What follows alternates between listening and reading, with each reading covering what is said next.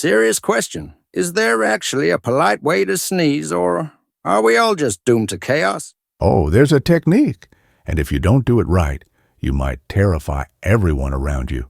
Step 1, grab a tissue. This is your shield. Step 2, turn your head away. Don't sneeze directly at innocent bystanders. Step 3, sneeze with control. No unnecessary sound effects. And just like that, you've mastered the art of socially acceptable sneezing.